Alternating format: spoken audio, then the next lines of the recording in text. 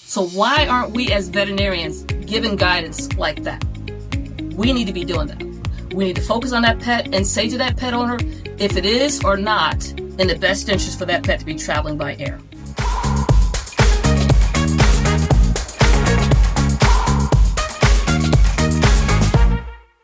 Hi, I'm Dr. Bonnie Bragdon. I'm your podcast host today for the Veterinary Insider. The Insider Podcast is for those veterinarians who want to know more about how to make money and take care of animals. The Veterinary Insider Podcast is brought to you by the Independent Veterinary Practitioners Association. Check us out at iveterinarians.org. If you own a business or you ever thought about owning a business, we are an association to help you. Hey, Dr. Nelva, I'm really excited to talk to you. We had a really good preparatory call the other day, and you have a really fascinating job. However, I have to divulge first, I'm in love with your first name. So, Nelva, help me understand, what does that name mean? How did you get it? It's very great cool name. Great question. And you know what, an interesting thing is, anyone that has a name that begins with an N, I just love it. I don't know why. N is great.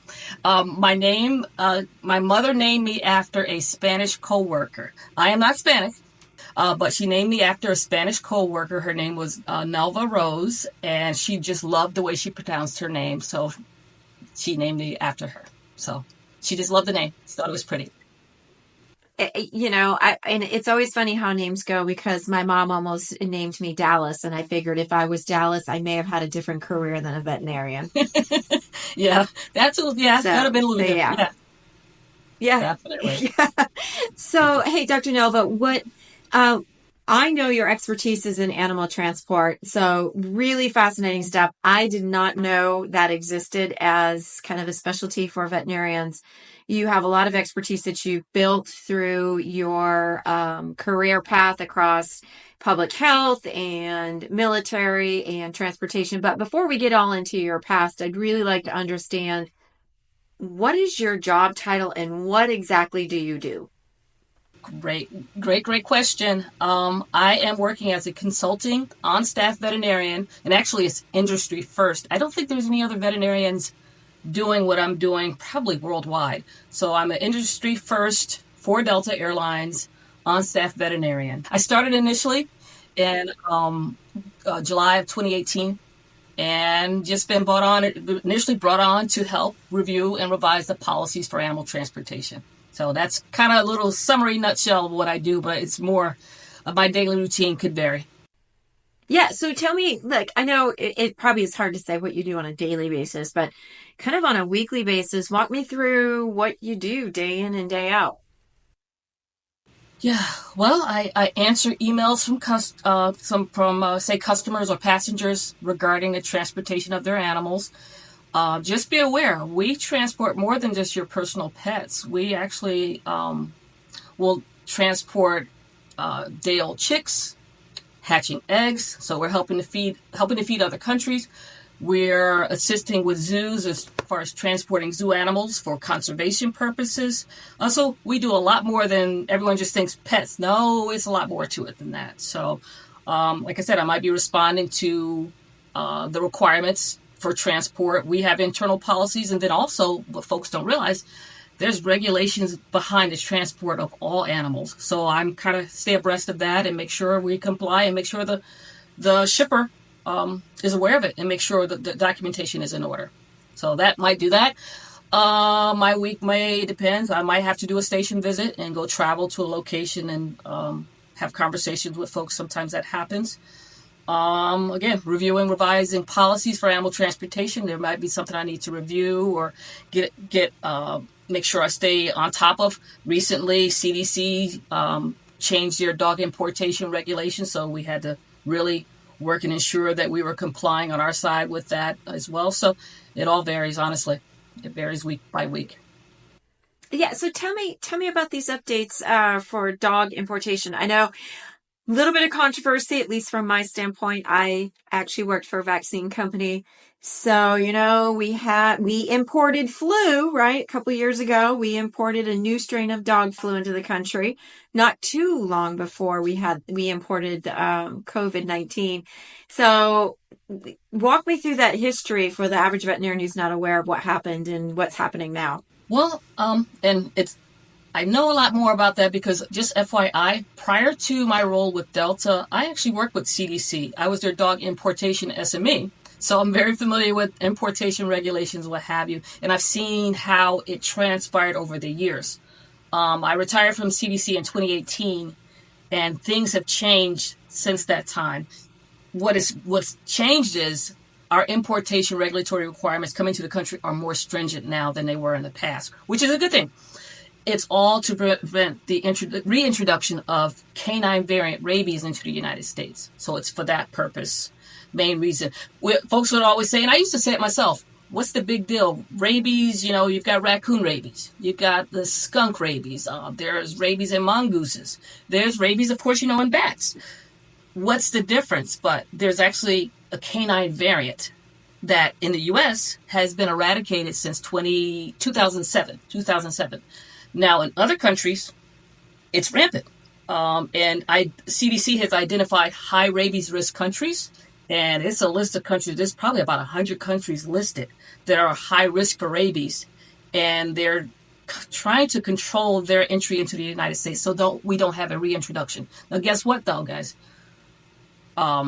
You probably didn't hear about it in national news, but there were occasional outbreaks where dogs coming into the country and infecting people, and there was a local, more at the federal and also at the state level, they had to do a contact investigation report to kind of track all people that came in contact with these particular dogs to get them rabies prophylaxis or see if they need it. So it's a big deal.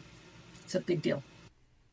That's a big deal. Yeah. So just to layer on a little bit of color to that, my understanding is in some countries, like India, China, some places in Africa, what you're saying is there are populations of dogs that have their own rabies virus variant that is just continuously endemic in that population. And so if you get bitten by a dog outside this country, a lot of children die from rabies every year because of those dog bites from those infected dogs.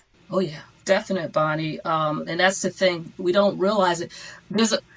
I'll just say, I feel I'm a little bit different as a veterinarian because I'm not the one that walks up and want to pet strange dogs that I don't know, especially if it's a stray. I'm not one of those, okay? Because I know too much about diseases, and I hate to say it, but I don't want to get bit either. I don't trust it. So I'm not one of those. But there's a lot of people that will go on vacations in these different countries that are maybe high risk. And I know this from prior, like I said, with CDC. They'll see a dog, it's stray, and they want to bring it back to the country, not knowing its background, not knowing anything. So it's a big risk when you go to these different countries that are considered high risk. When you see dogs, and it might be stray, but realize they might be harboring rabies. So just be careful. Yeah. Yeah. And it's amazing here in the United States. I know and we can talk about this as long as you want. We, have some folks in this country who are hesitant to vaccinate, but with those really strict vaccine guidelines has eliminated, stamped out endemic rabies in dogs and, feral wandering dog populations. More than likely, rabies doesn't exist there unless they've come in contact with wildlife. So what would you say to another veterinarian or even just a client or a pet owner who says, I think vaccination is more dangerous than the disease? Kind of what would you tell them? Trust me, there is a mindset of people that are anti-vaccinators in a sense. They're against it for people because they're afraid. I think there was a correlation they thought with autism and vaccines with people. And I remember a couple years back, someone, a pet owner, saying they didn't want to get their pets vaccinated because they're worried about them being autistic. And I'm like, I've never heard of that, of an autistic dog. I've never heard of it. So, but I would think for rabies, the risk is just tremendous. If you get bit by a rabid dog and you don't respond appropriately, or actually, you're gone. You're done. You're gonna die. There's no treatment. So this is one of the vaccine preventable diseases of public health significance that we can control. So it's extremely important to follow through and get them vaccinated against rabies as they should. Follow the regimen, whatever the vaccine companies require for it, get it done. Because the risk, I'd rather be safe than sorry, personally, in reference to that. Well, I remember a very, very sad case, and if I tear up, I apologize in advance. I remember reading about a case in Florida, a little boy. His father brought home a bat. Never, never, never touch bats. Brought home a bat for his son. His son somehow played with the bat, got exposed to rabies, had a headache almost immediately. Parents thought, kid doesn't like needles. We don't want to take him to the doctor. Literally, the son who was like 5 or 6 died from rabies. So it is very real. It is very possible. And so we want to be very cautious. Now, the veterinarians on the phone or on the listening to our podcast today probably know that risk. But just as a good reminder, here in the United States, we don't have a rabies endemic to our dog populations, but those are very, very real threats from outside the country. Several years ago, we imported canine influenza, and that's why we have veterinarians like you. So really, what I'd like you to do, I have some really funny stories from practice, so I'm assuming you've got to have some funny stories from your work as well. Like, what is the funniest or weirdest species that you've ever had to work with? Like, what's the weirdest request or the funniest species? I enjoyed assisting a zoo in their transport of a mongoose. Like I said, it's not mongoose. I don't think it's pronounced mongoose. It was multiple. So, but I think it's mongoose. But I assisted with ensuring that they had the correct container requirements for transporting them, because the mongoose are also what are they called? They have to be transported a certain way because of just of their potential of breaking out. But there's specific regulations on them with U.S. Fish and Wildlife Services. So, and I'm sorry, I forget the term that's with it, but there's additional requirements for them. So we had them in like a double container. They basically put 2 crates inside of each other. And you have to have access to water, so they built a way to fill the water with a tubing through. I mean, they did a lot to ensure meeting requirements and everything, to the point where I said to the, I believe it was a veterinary technician that was working with at the zoo, was saying, you need to have this as a poster presentation somewhere, because you did a great job on this. And you could set the standard for these species and moving forward, transporting them. So let me tell you a wonderful story that I experienced working with Delta. It was a couple of years back. A corgi puppy was being transported by ship from a breeder to its new owner. It was coming from somewhere in California and going up to Pennsylvania. Transferred here in Atlanta. Well, while I was here in Atlanta, we had a very astute agent notice, as far as a ramp agent, he noticed looking at the puppy that he didn't look right. He was in respiratory distress. So he decided to basically have a no ride, basically. He contacted our internal system that we had developed to ensure that the puppy received veterinary care, because actually it's a regulatory requirement. Under U.S. Fish and Wildlife Service, not USDA animal welfare regulations, the airline is required to take care of pets during transport. So if they look ill, we are required to make sure they get veterinary care. So he basically activated our internal system to ensure this puppy received care. And thank God he did. Made it to the veterinary hospital and everything, local veterinary hospital. And lo and behold, the puppy, puppies, he pooped in the crate, ingested it, aspirated. He's got aspiration pneumonia with fecal matter now in his respiratory system. It was touch and go for probably a good 5 days, but the puppy survived it. Did very well. I think he was under medical care for at least 2.5 to 3 weeks, but he survived it. So now our next step is, how are we going to get this puppy to Pennsylvania? What are we going to do? I was like, I do not want to risk this puppy going by cargo. I can't do it. So I went out and got a soft-sided carrier and booked a flight, and I flew to Pennsylvania and delivered it to the pet owners. So wonderful story. Wonderful, wonderful story. Yeah. So Dr. Nelva Bryant, in case a customer or a client or an animal owner happens upon this podcast, how can they reach you? What's a good way? Do you do consults with private owners? I believe you do. Yeah, I do. Since the pandemic, well, I'll just tell you, because of the role that I have, I kind of can see the inside have an insider view of pet travel, and some of the mistakes that pet owners make in reference to getting their pets prepared for air travel. And I'm talking more about cargo than anything, because that's where I sit within Delta. Well, because of my insight, I decided to develop what's called my platform is When Pets Fly. And through that, I initially started with just a Facebook group. I think I started with Instagram, and now I've grown because I have Facebook, Instagram. I do Facebook Live events. I have a website. The website is whenpets.com. And yes, if a pet owner has questions in reference to transporting your pets by cargo, or I can help with in-cabin too, how to prepare. Yes, please reach out to me in reference to that. Again, you can go to my website, which is www.whenpets.com. Almost like When Pigs Fly, When Pets Fly. But unfortunately, the domain for When Pets Fly is taken. I don't know who has it. I'd love to have it. But right now, it's whenpets.com.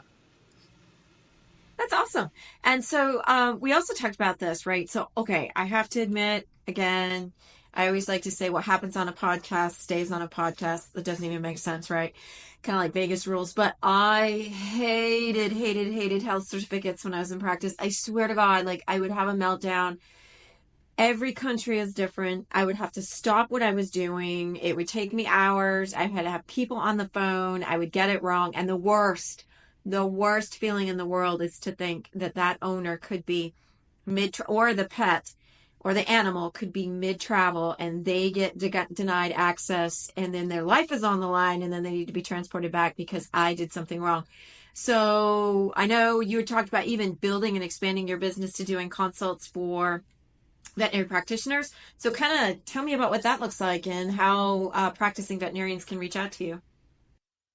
It's a true need, and I definitely sympathize. I've experienced myself. I don't know if I shared with you. I also do. I retired in 2018, but I'm working harder than I did beforehand, which is crazy. I do part time with Banfield as well. So, and that was a way so I can kind of get still interact with people and their pets. I love veterinary medicine. I love practice. I just think I would have burned out if my career was different. Like I said, my career, and I'm sorry, I'm going in circles. My career is a little bit atypical. I did clinical practice, small animal, 1 year, then went back to college for a veterinary pathology residency, and kind of went on a different pathway. I joined the Army. I was probably one of those weirdos. Joined the Army after vet school.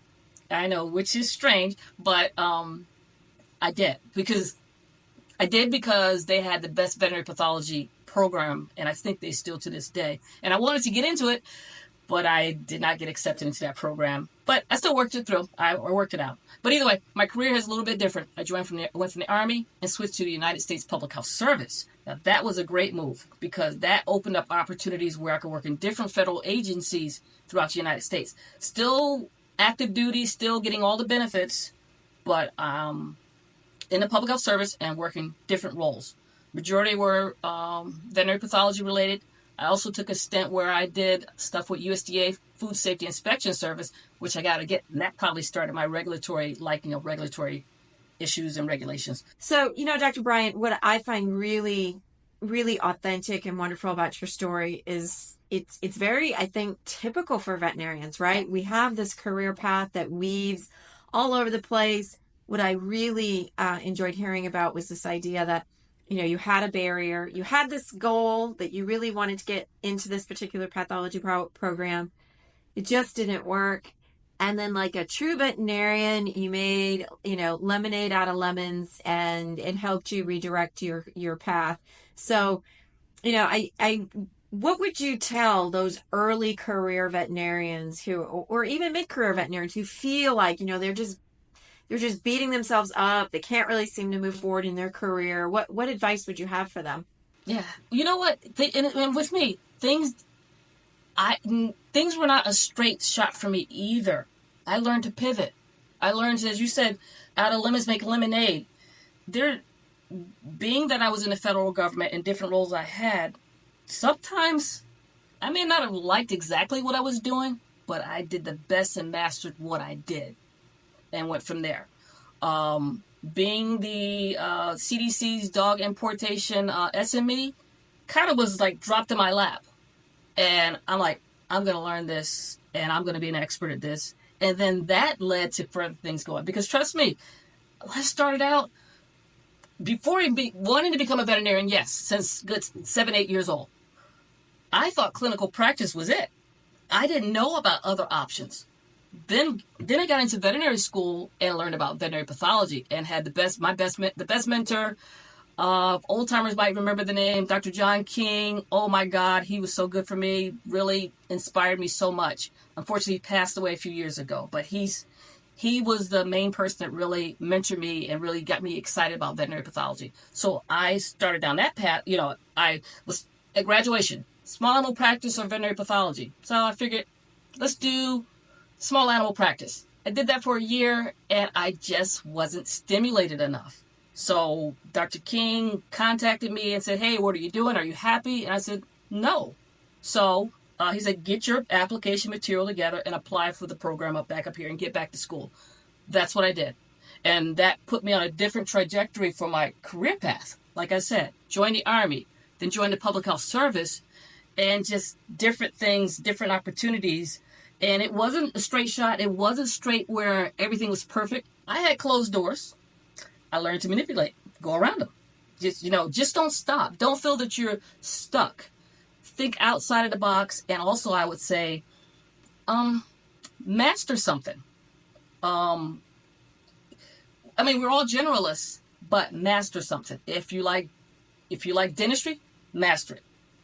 If you like skin, be the derm specialist. If you like radiographs, be the specialist in that. But being a general practitioner, I think I would have burned out a long, long time ago if I did that. I like the fact that I had different things that I did in different environments and what have you. And our skill set is so huge and we don't even recognize it. So in a sense, you could be limiting yourself.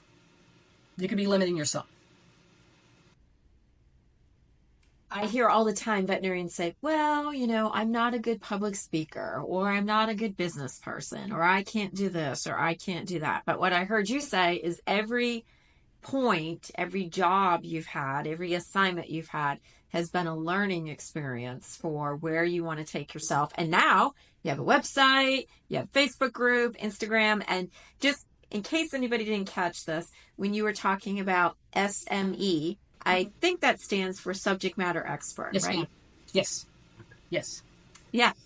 Okay. So now we're going to think about the future. So now we're going to get even more excited. Now I want you to wave a magic wand and I want you to imagine the future. And I want you to tell me about all those yummy things you had planned for yourself. Like, I want you to imagineer your business, because this show is all about helping veterinarians imagineer how they're going to have their best professional practice and make money. So tell me about your future dream. I think it would be a wonderful dream that I would love to have, is to kind of do what I do and build and be able to assist with other airlines as well. And not say me personally, but have an organization where this is what we do. We provide the expertise for airlines as far as veterinary services and everything. It is a true need. If you think about it, zoo animal settings, you go to an aquarium, there's going to be a veterinarian on staff. In a research facility, they have laboratory animal veterinarians on site. There needs to be veterinary oversight in the airline industry, and I would love to be kind of heading that and having the umbrella of people with me, and this is what we do. That will be the ultimate dream. Nice. Well, if any veterinarians out there support Dr. Nelva Bryant in this dream or have more interest, please check her out at When Pets Fly. Please check her out. Join her Instagram group, her Facebook group, message her, get in touch with her, and join her in her dream, whether that's building a new association, a new professional college, or just working together to network and grow the business and make money on your expertise. What can we do? What needs to get done? What's missing? What needs to get done, Dr. Bryant? Okay, I did a presentation on with some folks on veterinary involvement in the airline industry or animal transportation in general. There's so much we could do. You can do a lot even in clinical practice. Sharing pet-centric tips, and that's one thing that I focus on. I focus on the pet, almost like, and now that I think about it, it's similar to Fear Free, where Fear Free is focusing on the pet and their experiences during, during veterinary examinations or veterinary visits or grooming or what have you. I'm focusing on pets and their experience during air travel.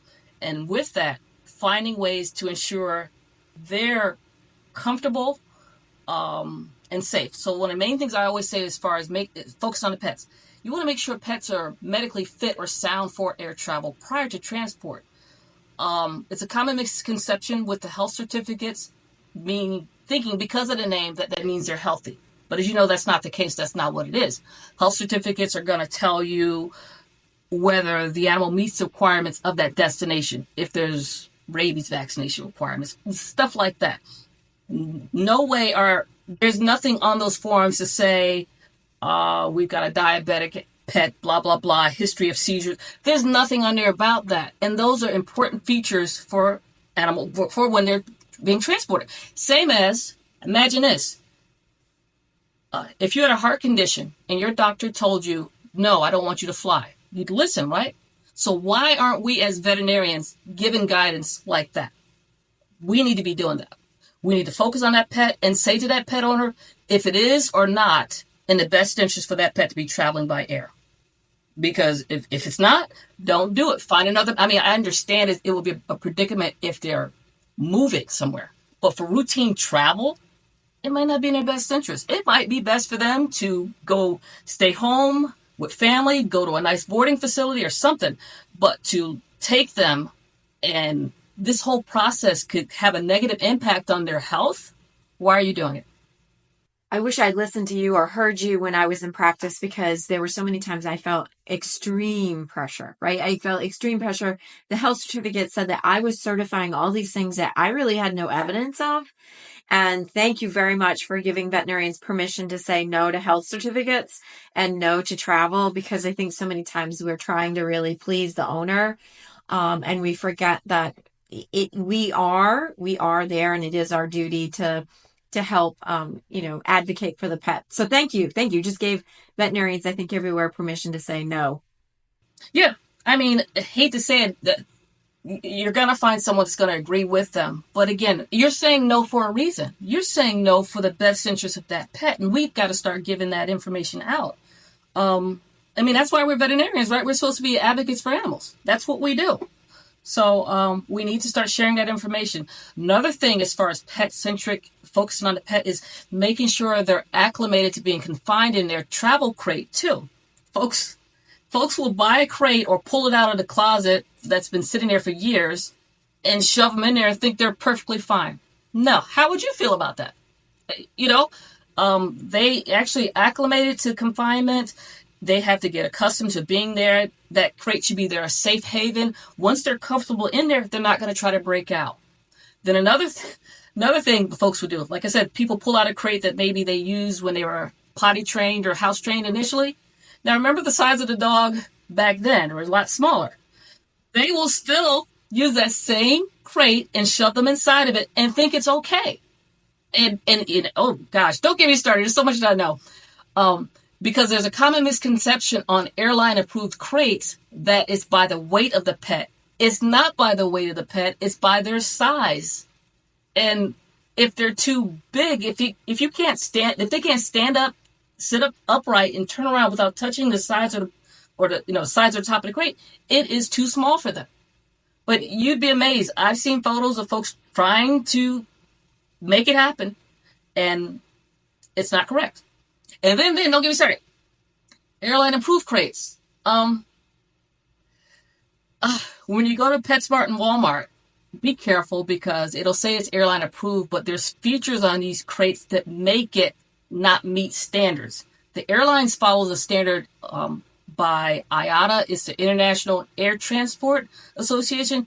They give the guidelines on the crates and stuff for all animal species, actually. But for dogs and cats, it's going to be container requirement number 1. And that is readily available online. You can actually get a free copy of that, a current copy of that. So it's easy to find that. But the crate must meet those requirements. So if you see crates that look like that has the double doors, no, doesn't meet requirements. You see a crate that has the plastic clips, you see the ones with plastic clips?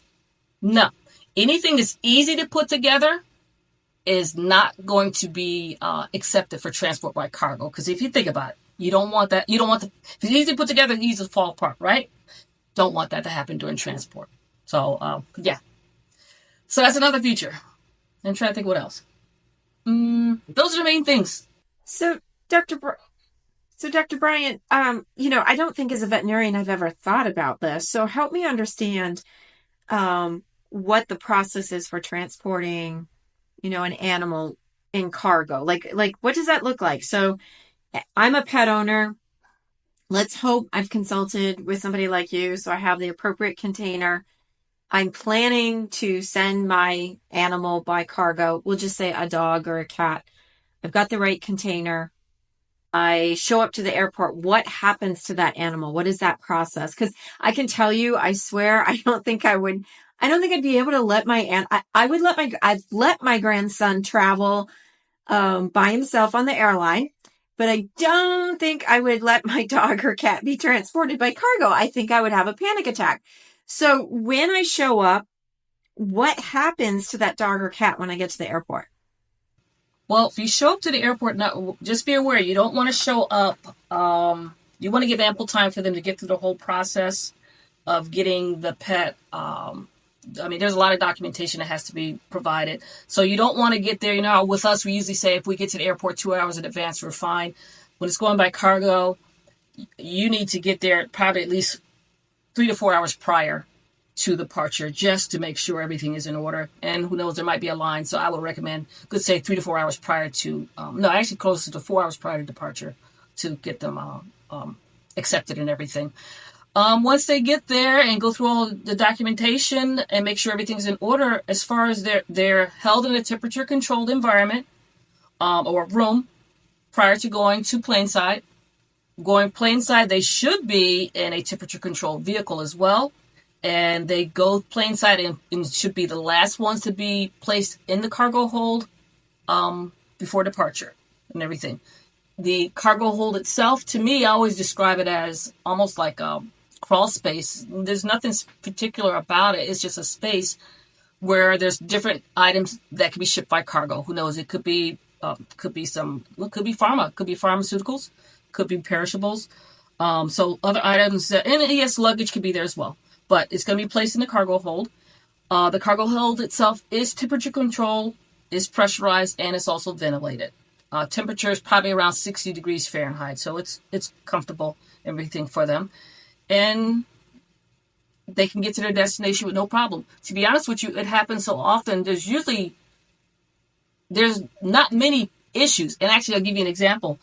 If there's an issue, if there's a injury, escape, or death that occurs while a animal is being transported by cargo, it must be reported by the airline to the Department of Transportation on a monthly basis, and then they'll also have to submit information on a yearly basis so they can get the number of incidents and the number of animals per year that's being transported by cargo. Now, I've been following the data since for a good while. From 2016 to 2022, I believe there were, and this is between approximately 15 different airlines in the U.S., there were 2.7 million pets transported by cargo. But the number of incidents were like 167. So to say It's the worst thing ever, and it's devastating. The data is not proving that. It's not proving it at all. Right. But we can still improve the process. So the risk is very low. Risk is low, but we can improve. We can, not saying the airlines can't improve. They can improve. They just need that oversight to assist with the process, I believe.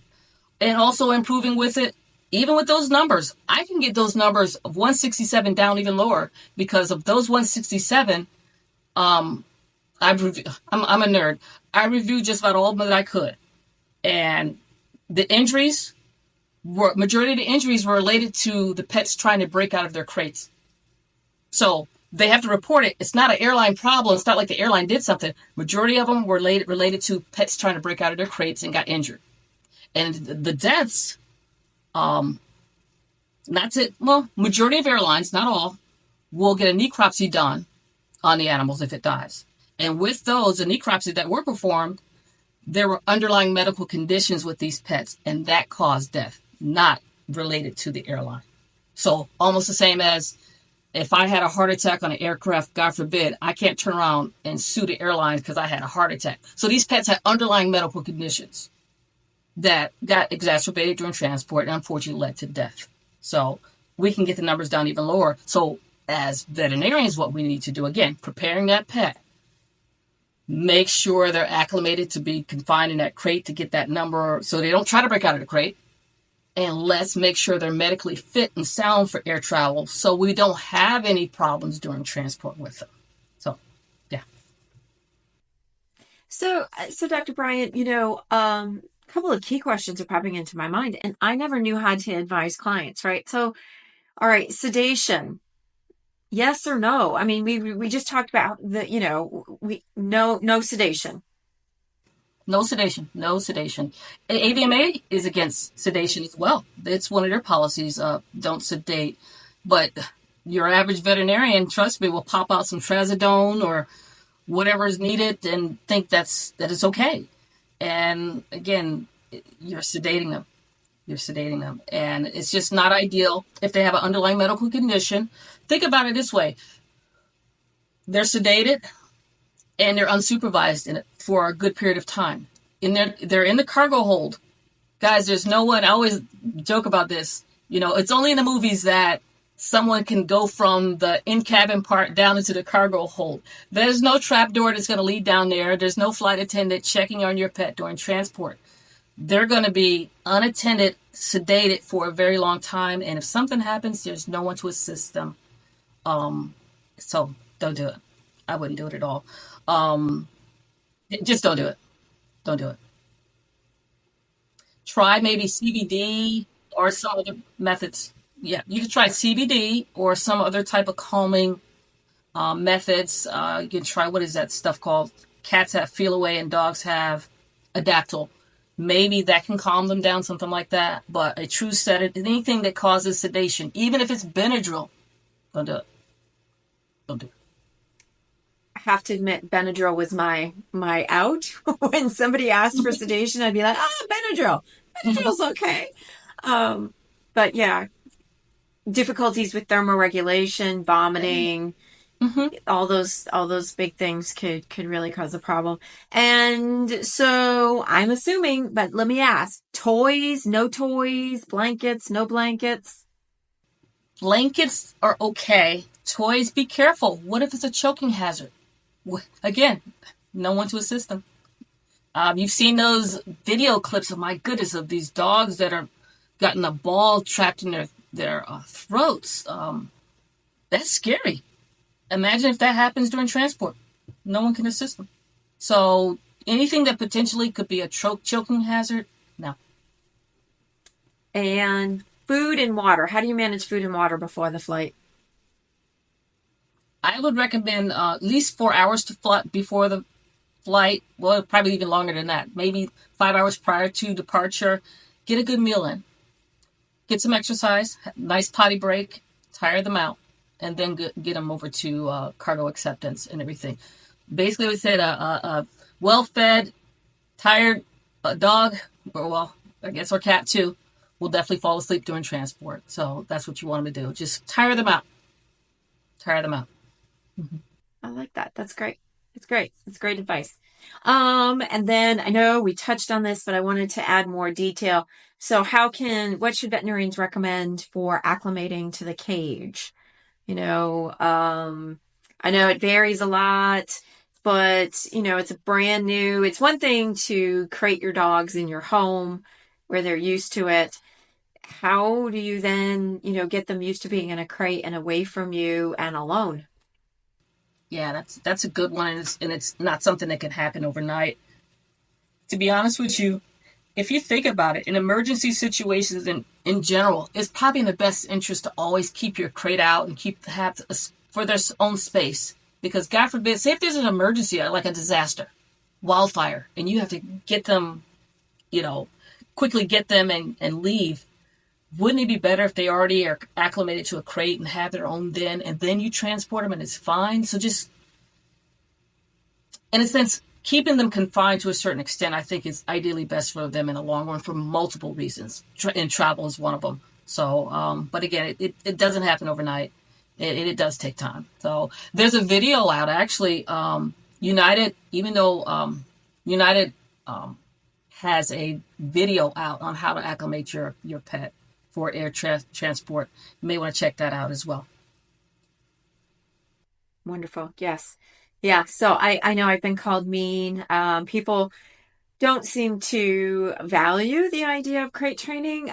But it's just like our children. It's just a nice, safe way to keep them confined and keep them safe. And like you said, if you get them acclimated to it, they view it as their home and they can travel with it safely. Because like you said, you just never know when there could be an emergency or something else going on. So, Dr. Bryant, is there anything like I should have asked you that I forgot to ask you about pet travel? I think it's interesting. The one question you brought up here, how do you respond when people ask, do I miss being a veterinarian? I thought that was a very interesting question that you posed. I'm always a veterinarian. That's in my heart. That's what I've always wanted to do and be. And just because I'm not in clinical practice does not take away of what I'm doing to benefit animals and people. So it's something I've always wanted. So I'm a veterinarian at heart, never stopped. I just had a different pathway with it. But I still feel what I've done has always benefit animals and people alike. Yeah, and Dr. Neville, I say too, in my current role, I don't practice. And so it's really kind of funny when people say to me, well, don't you miss being a veterinarian? And my first response is, well, I am a veterinarian. I think it's like in my DNA somewhere. I'm not sure where. I'm sure there's a gene that just says DVM. So, and that will be on my headstone. It will be Bonnie Bragdon, DVM. So it's in my genes. It won't go anywhere. And really what they're trying to get is, do you miss clinical practice? And how I respond is, Dr. Bryant, you're serving the needs and touching far greater number of pets than the average veterinarian. And I do miss working with that individual patient and that individual owner, but I love the fact that you have such a wide reach, across species, across borders, and you're doing so much for pets all over the world. I love it. To be honest with you, like I said, it's a lifelong dream. And the interesting thing about it is I never anticipated being where I am right now. Never thought it was going to happen that way. But I'm thankful for all the different opportunities. Like I always say, I'm thankful for those who closed their doors on me and made me find a way to pivot. Because I just never expected to be where I am to this day. And I'm really thankful. Having, like I said, the varied experiences. And also another thing I want to add, getting my MPH opened a lot of doors for me. Master of Public Health, having that degree really opened a lot of doors for me. Initially, I told you I was working within veterinary pathology, so I was more in a laboratory setting. Getting that MPH actually opened doors where now I have more opportunities. So for those fellow veterinarians who are saying, I feel stuck, I don't know what to do, maybe if you want to do more public health related type things or veterinary public health handle issues like that, get your MPH. Great program that I went through is the MPH for practicing veterinarians. That program was outstanding. It focused directly on animals only. It's out of Iowa State, and Iowa State, I believe. But check out that program. It will open you to more opportunities than you will imagine. Basically, it opens you up. I love that. Right. So I think I'm just like you. I thought, oh, I want to be a horse doctor. Well, it didn't quite go that way. Yeah. I almost cried when my therogenology professor, I said, I can't palpate these mares. I can't feel anything on their ovaries. And he's like, well, maybe you should become a chicken doctor. And I thought, I literally almost started crying. I can't see lameness. I can't palpate mares. And I was like, well, I don't think horse work is for me. But now, just like you, I found my special home where I get to develop my superpowers as a veterinarian. Because all veterinarians have superpowers. You just need to take the time and give yourself the space to learn what your own personal superpower is. Right. And pivot. What's wrong with that? Pivot. You know what? Most people, if you think about it, they start out with one idea of what they want to do with their lives, and it develops over the time. And that's just life. That's just how it is. But for you to stay in that one spot and maybe be unhappy and not, doesn't mean leave the profession. And I'm definitely saying don't leave the profession. Just find a different area within it. And it's wide open. It's wide open. Well, Dr. Bryant, we are out of time. I absolutely love and adore your story. I'm really grateful you took the time to share that with us today.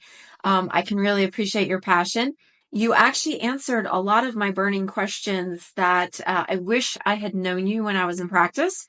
So if you are a practicing veterinarian who has questions about transporting animals, especially if you're in zoo or research and have really special needs, please reach out to Dr. Nelva Bryant at whenpets.com. You can find her on Instagram, on Facebook, on her website. If you happen to be a client, an animal owner who needs to navigate these tricky waters, please also reach out to her. It sounds like she has a growing practice, a growing business in consulting and in helping individual animals. And Dr. Nelva, if I remember correctly, you're also available for lectures, presentations, all those good things as well. Yes, I've been doing that for the past couple of years now. Love the opportunity to share. Actually, upcoming, I will be presenting with DVM 360 in Atlantic City and Long Beach. I also have a zoo registers meeting that I'm going to be presenting at as well to kind of make sure zoo animal shipments are shipped according to policies and procedures and regulations. So I have that coming up as well. So yeah, should be fun. I'm looking forward to it. All right, Dr. Bryant. Well, thank you so much for keeping us as people and our pets and our animals safe and sound as we travel across the globe. Thank you again for joining us. And with that, I am Dr. Bonnie Bragdon. I am your host. And this podcast is powered by the Independent Veterinary Practitioners Association, who is here to help you make money and practice good medicine. So Dr. Nelva has helped us accomplish that. Check us out at iveterinarians.org and join us again for our next guest. So thank you very much for joining us today. Thank you so much for having me. Love it. Great opportunity. Thank you.